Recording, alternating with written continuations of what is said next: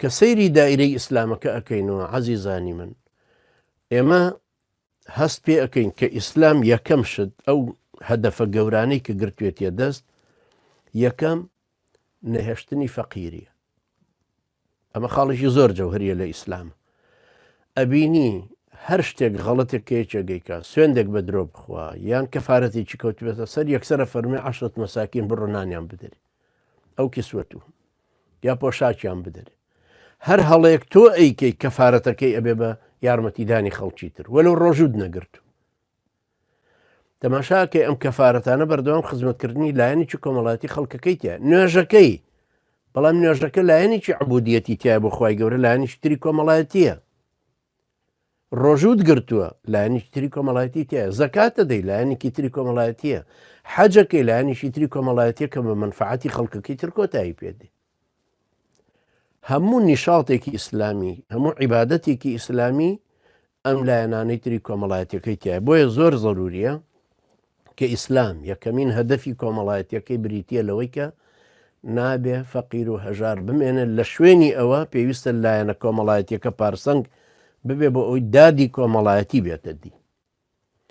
دادی کۆمەڵایەتی ئێستا کە مەبەستێکی گەورەی هەموو ئەفکارەکانە، هەر کەسە لە عاسی خۆی لاف و گەزافیەوە لێدا کە دادی کۆمەڵایەتیتان بۆ فەراهەم دێنم بۆ دەستەبەرەکەم، بەڵام لە ڕاستیە کەس وەکو ئیسلام تەطبیقی نەکردو لەسەر ئەساسێکی ڕێز و خۆشەویستی و کەرامەتی ئینسان بێچەوساندنەوەی بێگوێدانە ئەوەی کە چییە؟ ئەطعمەهم من جوع وآمنهم من خوف.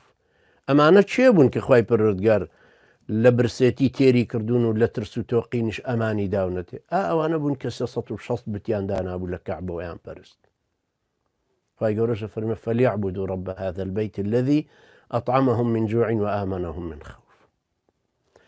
بۆیە زۆر ضروریە مسلمانانی ئێمە ئەم خاڵە سەرەکیانیان لەبیر بێ. ڕەمەزانیشە هەوڵ بدەین بۆی چۆن حد الئیمکان، یعنی وەلو لە 1000 یەک بتوانین فەقیری یەکێک وەلو بۆ ئەم مانگەش بێ لەسەر شانی سووکەین، بۆی متەفەرق بێ بۆ عیبادەتەکە. کرێکارێکە ماڵ و مناڵێکی زۆری بەسەرا کەوتووە فەقیرە، بتوانیت تۆ فەردەیە برنج و تەنەکەی ڕۆن و شەکر و چاو سابوون و شامپۆ و پێداویستەکانی بۆ تەمین بکەیت، بە هەرە مانگە بۆی تەمین بکەی $100 تێت. برای بەڕێزمان هەیە کە ئەمەی تەخسیص کردووە داینا، ئەمە بە مەجموعی تەمان منەمەی باسم کردن 6 شتم باس کرد، ئەو زیاتری باس کردو کە پێداویستی ئەو مانگەی ئەو ماڵەوێ هەمووی تەرتیب کردووەکو کارتۆن حازری کردو کاکە چێ $100 مەداتی منەوە گەێنم بە ماڵە فەقیرەکان، لیستی ماڵەکانیشی لای خۆی دیاری کردو. چەند شتێکی گەورەیە کە تۆ بەس خەبەرمان بدەیتێ بڵێ کاکەوە منش $100 دا بە تەلەفۆنی گەینەوە بۆ شارێک لەو شارانی کوردستان وڵین بیگەێنن، بەبەستیشم هەر باشوور نییە، ڕۆژهەڵاتیشە. ئەمە لایەنی کۆمەڵایەتی ئیسلامیەکەیە کە پێویست نابێ نەبترسین لەوەی کە تاغوتانی کوردستان یا شوێنی تر ڕێمان لێ بگرێ، نەنەفسی خۆشمان بمان ترسێنێ بڵێ وەڵا ئەمە نەکەین باشە، کاک خۆم بەبێ دەنگ بیدەم بە فەقیرێک باش. هەمومان وا ئەڵێن، بەڵام ئاخر فەقیری وا هەیە ڕووی نایە داوایکە. ئێمە لە نزیکەوە ئەی ناسین کە فەقیرە، دەستکورتە، پێویستی پێیەتی، بە بێدەنگ ئێمە پێی بگەینین، شتەکانیشی پێگەین و کاتە خۆ کابرا ناتوانێت تۆ بگرێ بڵێ یارمەتی تیرۆرتدا بابە شەکر و ڕۆن و چاوم بردو بۆ ئەو داما و بۆ ئەو ئافرەتە بۆ مناڵان و ناژبێت ترس و تۆقین لەم جۆرە شتانە وامان لێ بکەن ببن بە بربەست نەتوانین کارەکان بکەین.